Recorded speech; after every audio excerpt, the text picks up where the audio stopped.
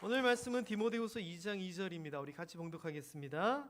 또 내가 많은 증인 앞에서 내게 들은 바를 충성된 사람들에게 부탁하라. 그들이 또 다른 사람들을 가르칠 수 있으리라. 아멘. 우리의 삶이 지금 여기까지 서 있다라고 표현을 했을 때 여기까지 오도록 또 서 있을 수 있도록 부모님께서 참 많은 것을 우리에게 하셨습니다. 근데 오늘은 부모님 말고 내가 오늘 여기까지 이렇게 서 있고 버티고 살아옴에 있어서 누가 나에게 좋은 가르침을 주셨고 좋은 영향력을 주셨는지에 대해서 좀 생각을 해보고 그분들에게 감사하는 시간을 좀 가졌으면 좋겠다, 이 생각이 듭니다. 자, 제가 지금 내가 여기 서 있을 때까지 누가 나에게 도움이 되었고 이끌어 주셨는가 라고 말을 했을 때 혹시 떠오르는 이름이 계신가요?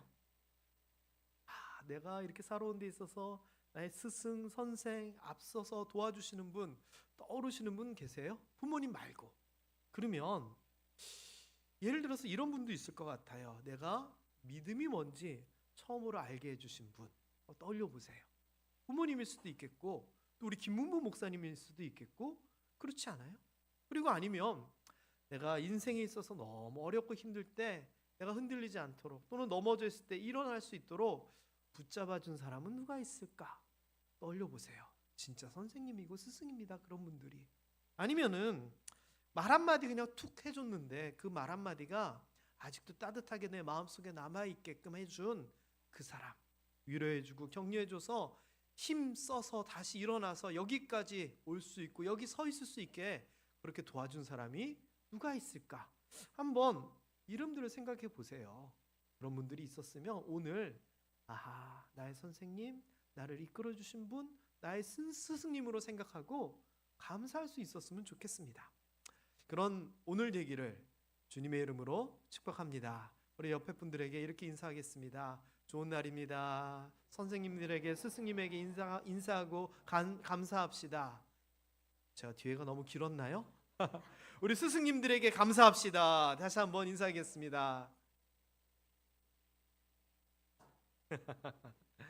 오늘은 그렇게 스승과 제자에 대한 이야기를 하다 보니 디모데에 대한 이야기를 안 할 수가 없습니다. 왜? 사도 바울과 디모데가 참 좋은 스승과 제자의 관계였거든요.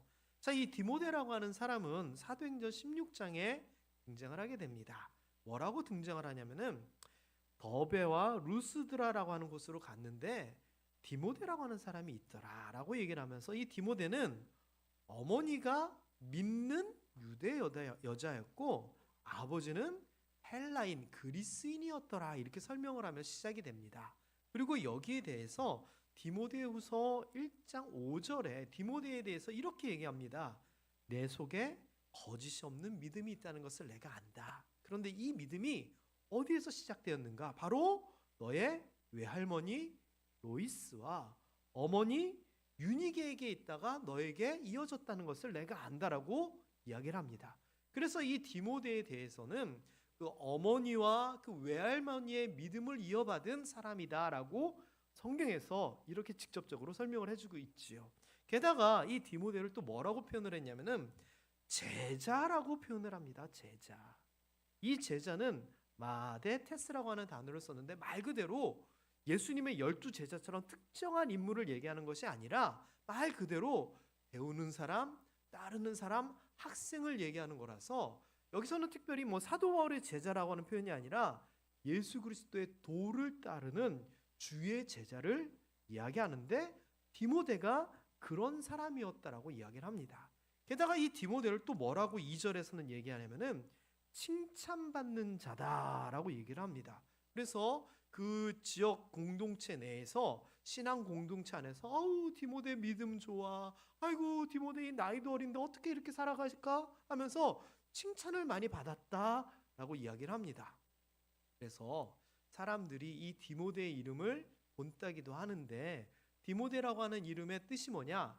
하나님을 경외하는 자라고 하는 뜻이거든요. 그래서 이 이름을 지을 때 할머니나 어머니가 하나님을 경외하는 자라고 하는 의미로 이름을 지었고, 이거를 우리 교회는 어떤 사모님이 너무너무 좋아해서 딸 이름을 지을 때 하나님을 경외한다 그래서 하경으로 태명을 짓고 오늘날 이름이 하경이가 되었다고 한다는 전설이 내려오고 있습니다. 그래서 실제로 저희 딸 하경이는 이 디모데, 하나님을 경외하는 자라고 하는 그 이름을 본따서 이름이 하경이입니다. 자, 어쨌거나 이렇게 디모데는 부모님의 할머니의 좋은 신앙을 이어받아서 공동체 안에서 칭찬받으며 예수 그리스도의 도를 잘 따라 생활하는 참 좋은 청년이었던 것 같습니다. 자, 이런 청년이 사도 바울과 연결이 되면서 스승과 제자의 연을 맺게 되는데, 사도 바울의 입장에서는 그냥 단순하게 뭘 가르쳐주는 그런 지식적인 전달의 대상자로서의 제자가 아니라 정말 자기 인생에 있어서 열매가 되는 사람으로서 디모데를 생각했던 것 같습니다. 일단 이 젊은 디모데를 사도 바울이 가서 딱 만나고서 뭐를 했느냐? 데리고 다녔습니다.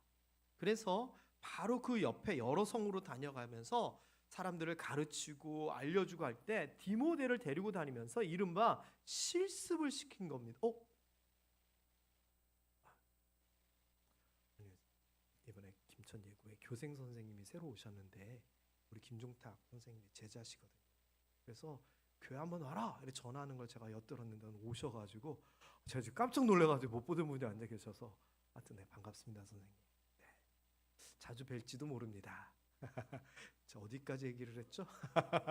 그 젊은 디모데를 데리고 다니면서 사역하는 것을 가르쳐 줍니다. 그래서 이른바 전수를 시키는 겁니다. 그래서 장로님들이 이런 것을 우리에게 가르쳐 줬는데, 초대교회에서 이런 것을 우리가 배워왔는데 우리 지역의 교회를 다니면서 이런 걸 알려줘야 돼. 실제로 본이 되면서 다 가르쳐 줬던 거죠. 그래서 사도 바울과 디모데는 지식의 전달 대상이 아니라 사역의 삶을 전달해주는 그런 관계였다. 이런 것들이 좋습니다. 자, 그 다음에 거기에서만 그치는 것이 아니라 약점을 보완해 줍니다. 이게 무슨 말이냐? 디모데가 부모님이 국제 결혼을 했거든요. 그래서 그 아버지가 헬라인 그리스인입니다. 자, 그러다 보니 이게 당시에 초대교회 또 지방이지만 이 공동체 안에 주로 유대인들이 있었는데, 이 디모데는 요즘으로 치면 다문화 가정인 겁니다. 게다가 유대인들은 태어난 지 8일 만에 할례를 받는 게 기본이었거든요. 그러면 아버지가 헬라인이었기 때문에 디모데는 할례를 받지 않았어요. 자, 그런데 사도 바울이 다른 성경에서는 뭐라고 얘기하냐면 이렇게 얘기합니다. 할례잖아, 무할례잖아. 유대인이나 헬라인이냐 그게 무슨 상관이냐? 그리스도 안에 있으면 다 하나지. 할례 받고 안 받고 그게 뭐가 더 중요하냐? 이렇게 외치던 게 사도 바울이었거든요. 자, 그런데 그렇다면 디모데가 할례 받고 안 받고가 중요해요, 안 중요해요? 사도 바울에게는 안 중요해요. 제자 삼기로는. 자, 그런데 사도 바울이 곰곰이 생각해 보니까 이 디모데가 이 지역에 이제 지도자가 되는데 유대인들이 대부분이거든요. 근데 유대인들이 이게 나중에 말썽거리가 될 만큼, 삼을 만큼 문제가 될 거라는 겁니다. 아니, 초대교회에서는 무슨 일이 있었냐면은 이방인들이 교회에 들어오게 돼서 예수를 믿게 되면 구약의 율법이지만 너도 우리 공동체가 됐으니, 일원이 됐으니 할례는 받아야지, 이런 식으로 말이 많았거든요. 그래서 이 사도 바울이 무슨 생각을 했느냐? 그래, 내가 지금 있고 지금은 문제가 없지만 내가 떠나가면 잘 알지 못하는 사람들이 할례 받았는지 안 받았는지 이거 갖고 시비를 걸 거니 미연에 방지하기 위하여 내가 할례를 줘버리지 하면서 할례를 행하게 합니다. 이 말은 뭐냐? 나는 할례 안 해도 된다 생각하지만 누구를 위하여? 디모데를 위하여 자기가 평소 하던 얘기와 다르게 할례를 행하게 됩니다. 왜? 디모데의 말썽거리가 될 수 있으니, 약점이 될 수 있으니, 공동번역에 보니까 이렇게 얘기를 해요. 혹시 말썽이 날까 봐. 그러니까 이게 참 좋은 선생님이잖아요. 제자들이 부족하고 모자란 게 보이면 그것을 메꿔주려는 거예요. 그런 면에서 이 사도 바울은 디모데를 정말 아꼈던 것 같아요. 약점까지도 보완해 준다. 자, 그 다음에 또 무슨 관계였느냐? 격려하고 권면해주는 정말 좋은 관계였던 것 같아요. 디모데전서 4장에 보면은 디모데에게 이른바 잔소리를 해요. 잔소리를 하는데 이유는 뭐냐? 디모데가 이제 사도 바울이 떠나고 나서 공동체 리더가 되거든요. 자, 그런데 공동체가 리더가 됐는데 나이가 어렸단 말이에요. 그러면 교회 공동체에서 오래 신앙생활하고 유대교에서도 정통했던 사람들이, 어르신들이 한마디 할 수 있는 거잖아요. 그래서 사도 바울이 조바심이 난 거예요. 너 어려 보인다고 말 듣지 마. 연수함을 업심여기게 그렇게 놔두면 안 돼. 잔소리를 지금 하고 있는 거예요. 그러면서 네가 업심여김을 받지 않으려면 어떻게 되느냐? 네가 잘해야 돼 하면서 본이 되어, 그들에게 본이 되어라라고 얘기를 해주고, 특별히 말씀을 읽고 믿지 않는 자들에게 복음을 전하고 믿는 자들에게는 그것을 잘 가르치는 일에 대하여 전념하라라고 얘기를 해요. 그래서 네가 어리다고 해서 깔보지 못하도록 잘해야 돼. 격려를 하는 거예요. 여러분, 제가 이 심정을 너무 잘 알아요. 왜냐? 제가 군대 갔다 와가지고 친구들이랑 저녁 때 고깃집을 갔어요. 늦게. 그때는 한 새벽 2시까지 하는 삼겹살집도 있었거든요. 대패 삼겹살이 막 처음 나오고. 그래가지고 저녁 굉장히 늦게 한 10시쯤 됐던 것 같아요. 삼겹살집에 갔더니, 군대 갔다 왔어. 죄송합니다만 뭐 6개월이지만 군대는 군대입니다. 군대 갔다 와가지고 4학년, 복학해서 4학년이 식당에 갔는데 종업원이 오더니 저한테 이러더라고요. 주민등록 좀 보여주세요. 제가 미성년자 같았나 봐요. 죄송합니다. 저 어려 보였습니다. 그래서 지금도 저희 아내가, 여보 좀 씻고 세수하고 나면 얼굴에 로션도 바르고 스킨도 바르고 좀 그랬으면 좋겠어요. 이 얼굴에 주름살이 막 보이고 나이 들어 보이잖아. 저한테 그러거든요. 그럼 제가 이래요. 나이 들어 보인다고? 너무 감사하지. 저는 나름대로 진짜 그게 조금 컴플렉스가 있었어요. 왜냐면 전도사다 목사다라고 얘기했는데 너무 어려 보이면 그거 좀 부담스러웠거든요. 그런데 디모데는 어려 보이는 게 아니라 아예 어렸어요. 그러니까 사도 바울 입장에서는 얼마나 마음에 조바심이 있겠어요. 그래서 깐 보이면 안 돼. 너 다른 사람들 앞에서 잘해야 돼. 전념해야 돼. 그 이야기를 하는 거예요. 그런데 이게요, 관심이 없으면 이런 얘기를 했겠습니까? 아니잖아요. 정말 관심이 있었고 사랑했기 때문에 권면하고 격려하고 이랬던 사이라는 거예요. 게다가 여기에서만 그치는 게 아니에요. 어느 정도까지 디모데를 생각하고 사랑했느냐? 디모데후서 1장 2절에 보면 디모데를 뭐라고 불러요? 사랑하는 아들 디모데야 라고 불러요. 완전히 아들 같다는 거예요. 그만큼 이 관계가 돈독하다는 거예요.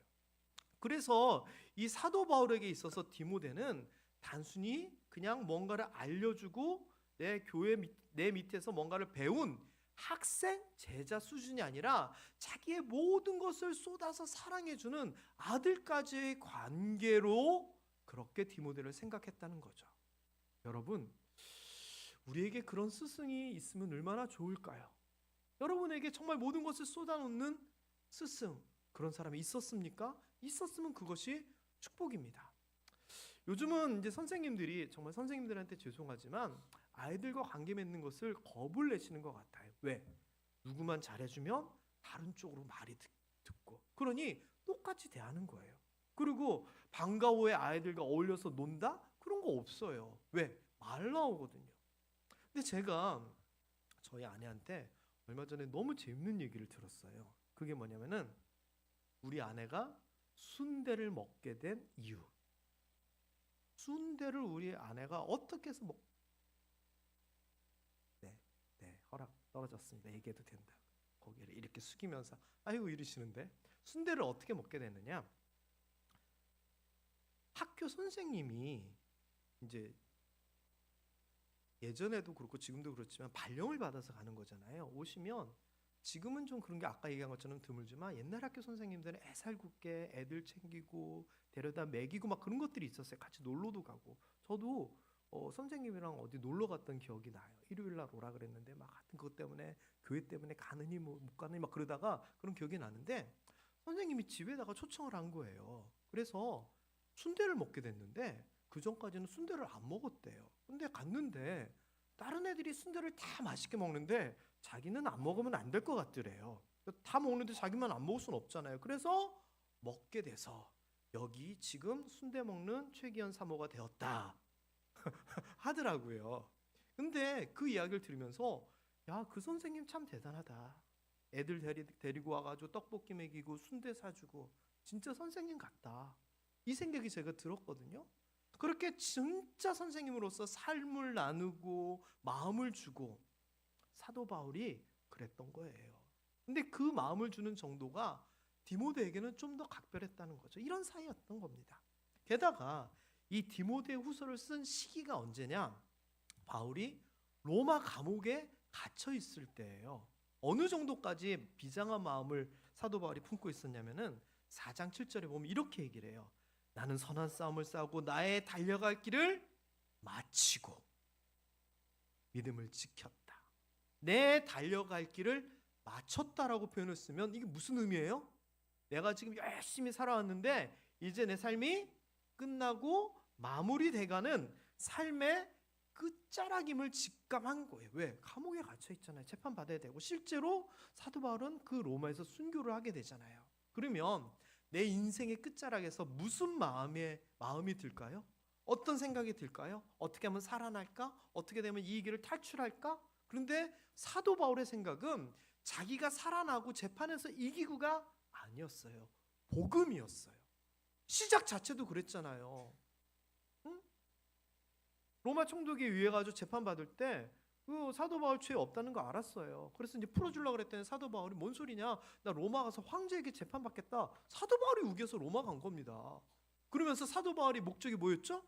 로마에 가서 복음 전하려고. 그게 목적이었고 실제 로마에 가가지고 가택 연금과 같은 감옥 생활을 하면서 거기에서 복음을 전하고 실제로 그 열매가 로마에서 나타나잖아요. 나중에 많은 귀족들이 예수 그리스도를 믿게 되고 로마가 국교화가 되고 공인되고 사도 바울이 로마 가서 순교하면서까지 복음 전한 열매거든요. 자, 그래서 이 감옥에서 삶의 끝자락에서 무슨 생각을 하느냐? 살아나고 탈출하고가 아니라 내가 지금 여기에서 복음을 전하는 것이 그쳐지면 누가 나를 이어서 복음을 전할까? 그거였습니다. 그게 바로 디모데를 향해서 디모데 후서를 쓰면서 그 마음이 담겨져 나옵니다. 그게 오늘 본문입니다. 본문 다시 한번 읽어볼게요. 시작. 또 내가 많은 증인 앞에서 내게 들은 바를 충성된 사람들에게 부탁하라. 그들이 또 다른 사람들을 가르칠 수 있으리라. 이게 뭐예요? 사도 바울에게서 디모데가 들어서 배웠어요. 그런데 그 들은 바를, 그 복음을 네 주변에 있는 믿음 좋고 충성된 사람들에게 부탁하라. 전해서 전하게 하라는 거예요. 그러면 그 사람들을 통해서 또 다른 사람들이 배우게 되고 그 사람들을 통해서 또 퍼져나가겠다는 거예요. 그래서 사도 바울이 가르쳐준 바를 디모데가 배우고 디모데는 그 주변에 있는 사람들에게 전하고 그 다음에 또 다른 사람들에게까지 이어지는 것을 사도 바울은 목표했다는 거예요. 그래서 디모데후서를 쓴 거예요. 여러분, 이것이 사도 바울의 마음이었어요. 나를 대신하여 내 제자 디모데가 내 일을 감당했으면 좋겠다. 제가 2026년도를 시작하면서 마음먹고 실행한 것 중에 하나가 있습니다. 그게 뭐냐? 집에서 고기를 굽지 않으리라. 이게 뭐냐? 저는 사실은요 고기 되게 잘 굽습니다. 물론 제가 한 수 접어드리는 분이 우리 김종탁 장로님이 잘 구셔서 접어드리는데 저도 나름 어려서부터 젊었을 때부터 어르신들 모시고 다니면서 고기를 많이 구웠고요. 고기를 잘 굽기 위하여 공부 비슷한 알아보고 찾아보고도 했고요. 고깃집 사장님한테 전수 받기도 했습니다. 전수 받은 대표적인 게 오리 로스구이 굽는 법. 자꾸 뒤집을 필요 없다. 하나하나 떼어놓을 필요 없다. 뭉쳐서 한꺼번에 뒤집어라. 뭐 이런 것들. 소고기는 이렇게 구워라. 돼지고기는 이렇게 구워라. 저 사장님들한테 배운 거거든요. 그래서 어디 가면은 제가 참 구워서 드리면 너무 잘 굽는다고 칭찬이 많았습니다. 자, 그런데 그거를 집에서는 제가 시범 삼아서 애들한테 보여주면서 자, 고기는 이렇게 구워야 돼 이렇게 해왔는데 저희 아들이 잘 따라 하더라고요. 그래서 오래 넘겨줬습니다, 고기 굽는 거를. 근데 얼마 전에 이런 얘기를 하는 거예요. 과에서 교수님이랑 회식을 할 일이 있었대요. 그런데 회식을 하는데 자기가 고기를 구웠더니 교수님이 너무 잘 굽는다고, 앞으로 고기는 네가 구우라고 이렇게 칭찬을 해주셨다는 거예요. 제가요, 별건 아닌데 흐뭇하더라고요. 네, 제가 이 고기 굽는 게 별건 아니지만 나름대로 자부심을 가지고 그렇게 해왔는데 그걸 내 아들한테 물려줬더니 내 아들이 배워가지고 남들한테 인정받고 칭찬받았다? 별거 아닌데 진짜 기분 좋더라고요. 그런데 이 정도가 아니라 사도 바울은 평생의 목적인 복음이 있는데 내가 지금 내 삶의 끝자락에서 내가 앞으로 못할지라도 저 디모데가 있으니 다행이다. 디모데야, 내가 가르쳐준 거 너 잘 받았지? 그것을 너가 주변 사람들에게 잘 가르쳐주고 그 사람들로 하여금 또 다른 사람들도 가르칠 수 있도록 그렇게 좀 잘해줘.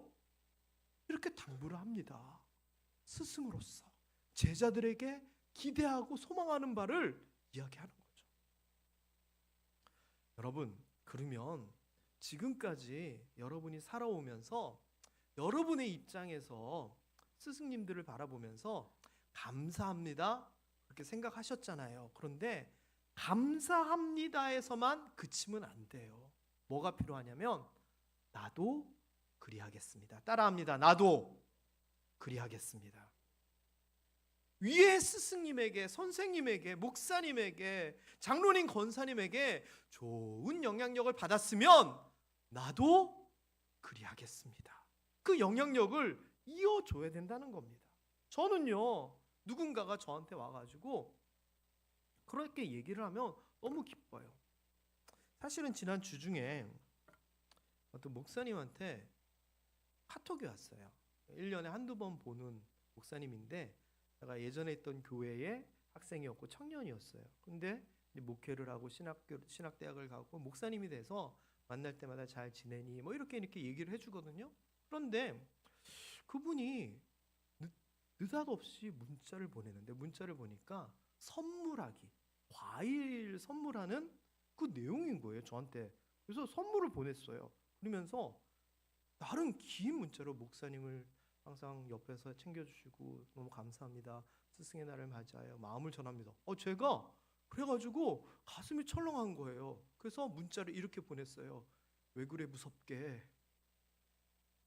너무 마음이 무겁게 다가오는 거예요. 나는 그 목사님한테 크게 뭘 해준 게 없는데 그럼에도 불구하고 그 목사님이 나한테 목사님이 저에게 좋은 영향력을 끼쳐주셨어요. 너무 감사해라고 고백을 하는데 제가 무거운 마음과 함께 너무나 감사하고 기쁜 거예요. 아니 내가 뭘 했다고 나를 이렇게 선생님, 스승이라 칭하면서 앞으로 자기도 잘하겠다고 문자를 보내지? 이거는요, 감사합니다보다 더한 기쁨이더라고요. 여러분이 누군가에게 귀한 은혜를 입고 배움을 받았다면 감사합니다만 하고 끝나는 것이 아니라 나도 그리하겠습니다. 이 마음을 먹고 배우고 받은 것들을 이어가는 것이 필요해요. 그리고서는 나중에 기회가 되면 이렇게 말씀드리는 거예요. 스승님이 저에게 이렇게 하셨던 것처럼 저도 똑같이 남들에게 이렇게 가르치고 섬기고 있습니다. 저는 그게요, 감사합니다 박수보다 그 스승님 입장에서는 훨씬 더 감동적인 것 같아요. 사도 바울이 고린도전서 11장 1절에서도 비슷한 얘기를 하거든요. 내가 그리스도를 본받는 것처럼 너희는 나를 본받아라 하면서 역시 예수 그리스도 사도 바울 고린도 교회 성도처럼 그냥 나에게만 그치는 것이 아니라 나를 통하여서 누군가가 또 이어가기를 사도 바울은 원했거든요. 이렇게 예수님으로부터 바울로부터 디모데, 디모데부터 그 주변에 있는 많은 제자들, 그리고 그 제자들을 통해서 또 조금 더 퍼져나간 것이 공간과 시간을 뛰어넘어 오늘날 우리에게까지 연결된 거예요. 그거 아시잖아요. 이분들의 그러한 복음의 전파가 우리에게까지 지금 연결되어 왔다는 것. 그래서요, 저는 이렇게 생각이 듭니다. 이처럼 우리가 지금 여기까지 서 있고 잘해오고 버텨낸 것은 나도 물론 잘해왔고 부모님도 나를 위해 헌신했지만 그 외에도 내가 여기까지 지금 와서 서 있게끔 나를 이끌어 주신 내 주변에 좋은 사람들이 있었다. 그리고 내가 지금 서 있는 이 자리는 누군가의 헌신 때문에 만들어진 자리다. 이것을 여러분들이 꼭 아셨으면 좋겠습니다. 제가 아까 고리, 사슬 이런 표현을 썼는데 여러분이 앞에서 받은 그 고리를 이어간다면 뒤에 있는 사람들이 그 무언가를 저 앞에 있는 그 누군가의 것을 이어받게 되는 그거거든요. 그래서 여러분이 중간에서 그 역할을 정말 잘했으면 좋겠습니다. 이런저런 얘기를 이제 말씀을 준비하다 보니까 이 영화가 생각나더라고요. 1990년에 개봉되었던 죽은 시인의 사회라고 하는 영화입니다. 이 죽은 시인의 사회라고 하는 이 표현은 그 영화에서 나오는 어떤 동아리, 서클의 이름이 죽은 시인의 사회예요. 보신 분들은 아시겠지만 존 키팅이라고 하는 선생님이 나와요. 1950년대, 60년대 미국의 입시에 아주 그냥 열심인 기숙 학교의 선생님으로 부임해요. 거기에서는 무조건 진학을 위해서 공부 이것만 강조하는 학교였어요. 그런데 이 존 키팅이라고 하는 선생님, 로빈 윌리엄스라고 하는 배우가 그 역을 했는데 이 선생님이 아주 특이한 거예요. 왔는데 아이들에게 막 얘기를 하다가 수업을 복도에서 막 해요. 그러니까 애들 입장에서는 되게 특이한 선생님이네 이러는 거예요.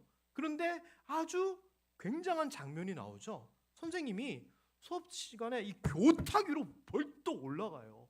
그리고 거기에서 애들에게 가르치는 거예요. 그러면서 뭐라고 얘기하냐면은 이렇게 얘기해요.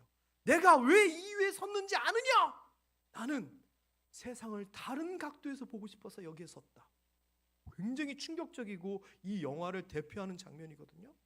그래서 교탁 위에 선다느니 말도 안 되는 그 상황을 가지고 나는 세상을 다른 각도에서 본다 학생들에게 이야기를 해요. 그러면서 너희들이 지금 입시 때문에 친구가 어떻건 사랑이 어떻건 미래가 어떻건 다 집어치우고 ABCD 1, 2, 3, 4 이것만 하고 있는데 그게 중요한 게 아니다. 지금을 살아라 하면서 카르페 디엠이라고 하는 라틴어를 인용을 해요. 이 카르페 디엠이라고 하는 이 표현이 지금까지도 35년, 6년이 지났는데 이 영화 때문에 많은 사람들에게 알려져 있어요. 지금에 살고 있는 지금에 충실하고 지금에 즐기고 지금에 최선을 다하라 하면서 지금 너희 젊은이들 학생들이 고등학생 때 해야 될 일을 마음껏 하라 막 그런 식으로 얘기하는 거예요. 그래서 이 선생님의 가르침에 헌신에 아이들이 변화되기 시작해요. 내성적이었던 사람이 말을 하기 시작하고 서로가 살피기 시작하고 삶이 즐거워지기 시작해요. 그래서 이 사람들이 서클을 만드는데 선생님이 얘기해줬던 죽은 시인의 사회라고 하는 이상을 바라보는 사람들의 모임을 만들어요. 그렇게 하면서 막 좋아지죠. 자, 그러다가 무슨 일이 있게 되냐면은 학교에서는 이 선생님이 너무 마음에 안 드는 거예요. 수업이나 잘하면 되지 애들 데리고 뭐 이상한 거나 하고 뭐 말도 안 되는 짓을 하니까 학교에서 이렇게 보고 있다가 마침 학교에서 한 아이가 사고사를 당하게 되는데 선생님 책임이라고 키팅 선생님 책임이라고 죄를 다 뒤집어 씌워요. 그리고서 책임지라고 하면서 쫓아내버려요. 그리고 교장 선생님과 이 키팅 선생님이 마지막으로 인사를 하기 위해서 학생들 앞에 방문을 하게 되는데 그때 학생들이 그 선생님을 떠나보내기가 싫은 거예요.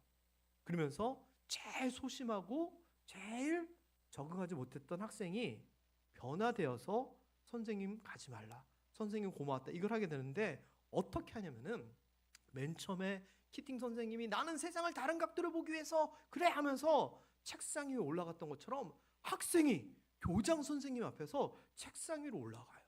그리고 뭐라고 얘기하냐면 선생님 감사합니다가 아니라 오 캡틴 마이 캡틴. 캡틴은요 단순하게 선생님이 아니라 리더, 지도자를 얘기하는 거거든요. 내 인생의 방향을 바꿔준 나의 캡틴 하면서 고백을 하게 돼요. 그리고 그 상황에서 다른 학생들도, 많은 학생들도 그 아이를 따라서 예전에 키팅 선생님이 했던 것처럼 나는 세상을 다르게 보겠다 하면서 책상 위로 다 올라가게 돼요. 교장 선생님들이 이 교장 선생님이 이거 뭐 하는 짓이야, 이러면 너네 퇴학시킬 거야. 그래도 학생들은 그 선생님에게 배운 그것을 생각하며 나도 선생님들처럼 이 말도 안 되는 세상 가운데 다른 시각으로 세상을 바라보겠습니다 이러면서 책상 위로 올라가게 되는 거죠. 그게 바로 유명한 이 장면이에요. 영화 보신 분들은 이 장면이 기억나실까요? 정말 감동적인 장면이고, 요분이 교장 선생님이에요. 이거 뭐 하는 거야 막 이러면서. 근데 학생들이 나는 선생님처럼 이렇게 하겠습니다 몸소 보여요. 그리고서는 이 키팅 선생님이 마지막으로 학생들에게 이렇게 얘기합니다. Thank you, boys. 아이들아, 고마워. 왜 고마웠을까요? 선생으로서 학생들에게 전해주고 싶었던 거를 학생들이 잘 받아들이고 자기를 온전한 스승으로 대해주는 것에 대하여서 고마웠다라고 고백을 하면서 이야기들이 이제 마무리되어 가요. 여러분, 키팅 선생님은요, 단순히 지식을 알려주는 선생님이 아니었습니다. 학생들의 인생을 이끌어준 지도자, 우두머리, 캡틴으로서 학생들이 받아들였습니다. 나중에 학생들이 의자 위, 책상 위로 올라간 이유는 나도 선생님처럼 살겠습니다, 선생님에게 배운 것이 내 인생에서 중요한 위치를 차지합니다에 대한 고백이었거든요. 그렇다면 여러분은 누구에게 이렇게 이야기하고 감사할 수 있을까요? 숙제드립니다. 오늘 할 일, 이름이 떠오르는 그분에게 감사하십시오. 직접 만나서 감사할 수 없다면 감사의 마음을 깊이 새기십시오. 그리고 나도 그분처럼, 아까 나도 그리하겠습니다 한 것처럼, 나도 그분처럼 내가 좋은 영향력 받은 거 다른 사람들에게 전하겠다 다짐하시고 그렇게 살아가십시다. 좋은 스승을 뒀으면 나도 좋은 스승이 되리라 결심해야 되지 않겠습니까? 그런 여러분이 될 수 있게 되기를 주님의 이름으로 축복합니다. 옆에 분들에게 이렇게 축복하겠습니다. 좋은 스승이 되십시오. 정말 그래야 됩니다. 그래서 저는요, 감사, 우리의 노래가 되다 올해 표잖아요. 지난 주일날 제가 부모님에 대한 감사가 우리의 노래가 돼야 된다, 하나님에 대한 감사뿐만 아니라 그런 얘기를 했는데요, 스승님의 헌신, 나를 이끌어 주심에 대한 감사도 역시 우리의 감사가 되어야 될 겁니다. 그리고 감사로서만 그치는 것이 아니라 우리가 그것을 이어가는 것이 우리에게 필요할 것 같고요. 올 한 해 이러한 감사들이 우리 삶 가운데서 충분히 표현될 수 있게 되기를 주님의 이름으로 축복합니다. 여러분의 스승, 여러분들이 잘 감사했으면 좋겠고, 또한 본인도 좋은 스승이 되겠노라 다짐하는 오늘의 예배가 말씀이 되기를 다시 한번 주님의 이름으로 축복합니다.